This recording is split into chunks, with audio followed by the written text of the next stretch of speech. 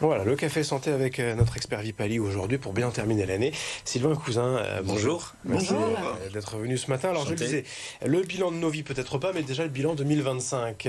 Comment faire justement pour que mentalement, finalement, psychologiquement, l'année se termine bien? L'année se termine, elle va se terminer comme elle se termine. Maintenant, on arrive au moment des fameuses bonnes résolutions. Voilà. Oui. Qu'est-ce que je veux en 2026? Qu'est-ce que je veux abandonner de 2025? Et on prend de bonnes résolutions. Faut savoir quand même que une résolution, ça reste une intention. Et une intention, pour le cerveau, ça peut durer 20 ans. Oui. Donc, il y a un premier pas déjà à faire, c'est de transformer cette intention, cette résolution, en un objectif. Ça, c'est le premier pas. C'est je me mets en marche. Et là, c'est là où, malheureusement, il y a un paradoxe. Il y a un paradoxe parce que on est génétiquement, normalement, programmé pour avancer. Et c'est d'ailleurs un élément excessivement important de la santé mentale, que de toujours avoir un objectif, que de toujours vouloir se projeter. Ça, c'est vachement important pour notre équilibre mental. Toutes nos vies n'est consacrée qu'à ça. On s'en rend pas compte, mais c'est notre mode normal de fonctionnement que de vouloir toujours aller chercher quelque chose. Et le paradoxe est là parce que l'humain, et on le sait aujourd'hui, est un animal qui va se fixer des objectifs dans une langue, entre guillemets, que le cerveau ne comprend pas. Ça veut dire quand je vous demandais de faire le bilan 2025, c'est que ça sert pas à grand chose en fait Non. de regarder en arrière. Non. Il vaut mieux faire tout Exactement, de suite ouais. la perspective, une projection en 2026. Exactement, ça sert strictement à rien d'essayer d'aller rechercher des éléments du passé parce que Même en gardant le positif. on peut garder le positif, mais inévitablement le cerveau va réactiver Ramener un le certain négatif. nombre. Donc ça sert à rien. C'est ce qu'on appelle le biais cognitif de négation. Et on va se projeter et on va se fixer effectivement des objectifs et le cerveau comprend pas la manière dont on se les fixe. Et donc, qu'est-ce qui va se passer? Il va les réinterpréter. Et à partir du moment où il va réinterpréter l'objectif que je me suis fixé, eh bien, il va m'emmener pas forcément là où je voulais aller. On a montré une étude qui montre que 80% des gens qui n'atteignent pas un objectif avaient pourtant toutes les compétences, toutes les expertises, toutes les connaissances. Parce que quoi, ils étaient trop ambitieux, ils en avaient Non, des objectifs trop c'est élevés. simplement un biais cérébral. Le cerveau va réinterpréter l'objectif C'est-à-dire qu'on s'est fixé. Avec un exemple, par exemple. En fait, ce qu'il faut comprendre, c'est que quand on se fixe un objectif, si par exemple vous vous dites je vais faire le Mont Blanc, Ouais. très vite, qu'est-ce qui va vous arriver en tête? Une image, ce qu'on appelle une image conceptuelle. Le Mont Blanc, le sommet du Mont Blanc, les 30 derniers mètres de la crête de neige. Le cerveau comprend rien à ça. En fait, on a montré en neurosciences que le cerveau ne sait mesurer qu'un différentiel de performance. Mais il comprend pas l'objectif final. Donc, il va le réinterpréter. Et ça, c'est quelque chose auquel on fait très attention, notamment dans le sport de haut niveau en début de saison.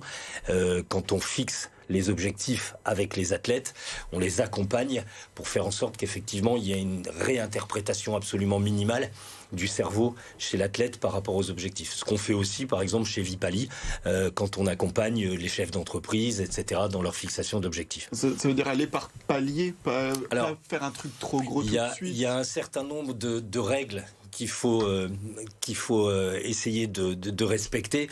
La première, c'est que un objectif, ça doit être difficile mais atteignable. Les études montrent que paradoxalement, pour un humain, c'est plus facile d'atteindre un objectif difficile qu'un objectif facile. Pourquoi? Tout simplement parce que on a démontré qu'à partir du moment où notre perception de l'objectif nous semble trop simple, il n'y a pas de mobilisation des habiletés cognitives. En gros, le cerveau dit écoute, c'est facile, débrouille-toi, je t'aide pas. Donc, il vaut mieux se fixer un objectif difficile qu'un objectif facile. Alors, sur une échelle de 0 à 10, 0 c'est de toute façon, je suis sûr d'y arriver, 10 c'est j'y arriverai jamais, faut se fixer 7-8. Et pas 4-5. Donc ça, c'est la première chose. C'est paradoxal, mais c'est réel. La deuxième chose à respecter, c'est qu'un objectif, ça doit être précis. Alors vous allez me dire, évidemment, ça doit être précis. Oui, mais précis pour le cerveau, c'est quoi? La première chose pour le cerveau, c'est une date butoir. Le cerveau connaît très bien les chiffres et les symboles. À partir du moment où il n'y a pas une date butoir, ça reste une intention. Donc ça, c'est excessivement important. La deuxième règle, c'est qu'il faut penser notre objectif de manière toujours plus proche du contexte. Utiliser ce qu'on appelle la naïveté cérébrale. Le cerveau n'est pas capable de faire la différence entre quelque chose qu'on fait réellement et quelque chose qu'on image. assez fort au plan mental. Donc intégrer dans notre visualisation de l'objectif un maximum d'éléments réels du contexte. La troisième chose dans la précision, c'est que il faut tout formuler de manière positive. Ah oui, le ça, cerveau ne connaît pas la négation. Ouais. Le cerveau ne connaît pas la méthode Coué. non, c'est pas tout à fait ça. Non, je vais bien, tout va bien. Le cerveau ne connaît pas la négation. Il est programmé pour faire, pas pour ne pas faire. Je vais vous donner un exemple, s'il vous plaît. Ne pensez surtout pas à un éléphant. Vous venez tous de voir un éléphant, alors je vous ai demandé de ne pas y penser. Donc, tout formuler de manière positive. Et puis, la dernière chose qui est excessivement importante, c'est ma capacité d'auto-évaluation. C'est-à-dire la réponse à une question, comment je saurais que j'ai atteint mon objectif? C'est à moi de faire la liste des cases à cocher. Donc ça, c'est important dans la précision. La troisième règle, c'est se fixer systématiquement des objectifs de process. La finalité de mon objectif, si je reste dessus, à cause de mon cerveau limbique, va devenir inévitablement anxiogène.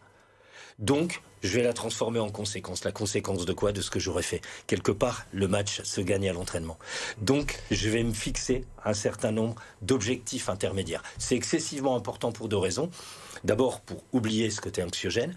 Et à chaque fois que je vais atteindre un objectif intermédiaire, ma confiance en moi va monter et ma motivation va augmenter. À partir de là, je deviens inarrêtable. Celui qui atteint son objectif, c'est pas le plus fort. C'est celui qui est inarrêtable. Donc ça, c'est important. Moi, j'avais lu que ça servait à rien d'être fort. Enfin, d'être fort, il fallait se sentir fort. Surtout. Exactement. Celui qui atteint son objectif, c'est celui qui y croit. Hein. C'est pas forcément le plus fort. On pourrait vous écouter longtemps. Ouais. Même sans question. Ouais, c'est formidable. Une vraie réponse, là, j'ai assimilé plein de trucs. Tout est organisation. Mais c'est sûr que c'est passionnant parce que voilà, ça a en lien avec nos vies personnelles et professionnelles. Exactement. D'être justement meilleure perception de soi-même. Voilà, le cerveau sait pas faire la différence entre les différents prismes de nos vies. Donc ce qu'il est capable de mettre en place dans un domaine, il va le dupliquer et partout. Et partout, exactement. Bon, il y a de quoi faire encore quand même. Hein, voilà. Il y a du boulot pour être meilleur, mais c'est possible. Merci en tout cas beaucoup. Mais de rien. Sylvain Cousin, bonne fête de fin d'année. Mais vous aussi également. Voilà, qui viennent chaque jeudi pour nous aider à nous. Voilà, et fixez-vous les bons objectifs. Oui, voilà, des objectifs 2026. Mais atteignable, on l'a compris. Très belle journée à tous. Avec l'histoire du jour aussi, Inès.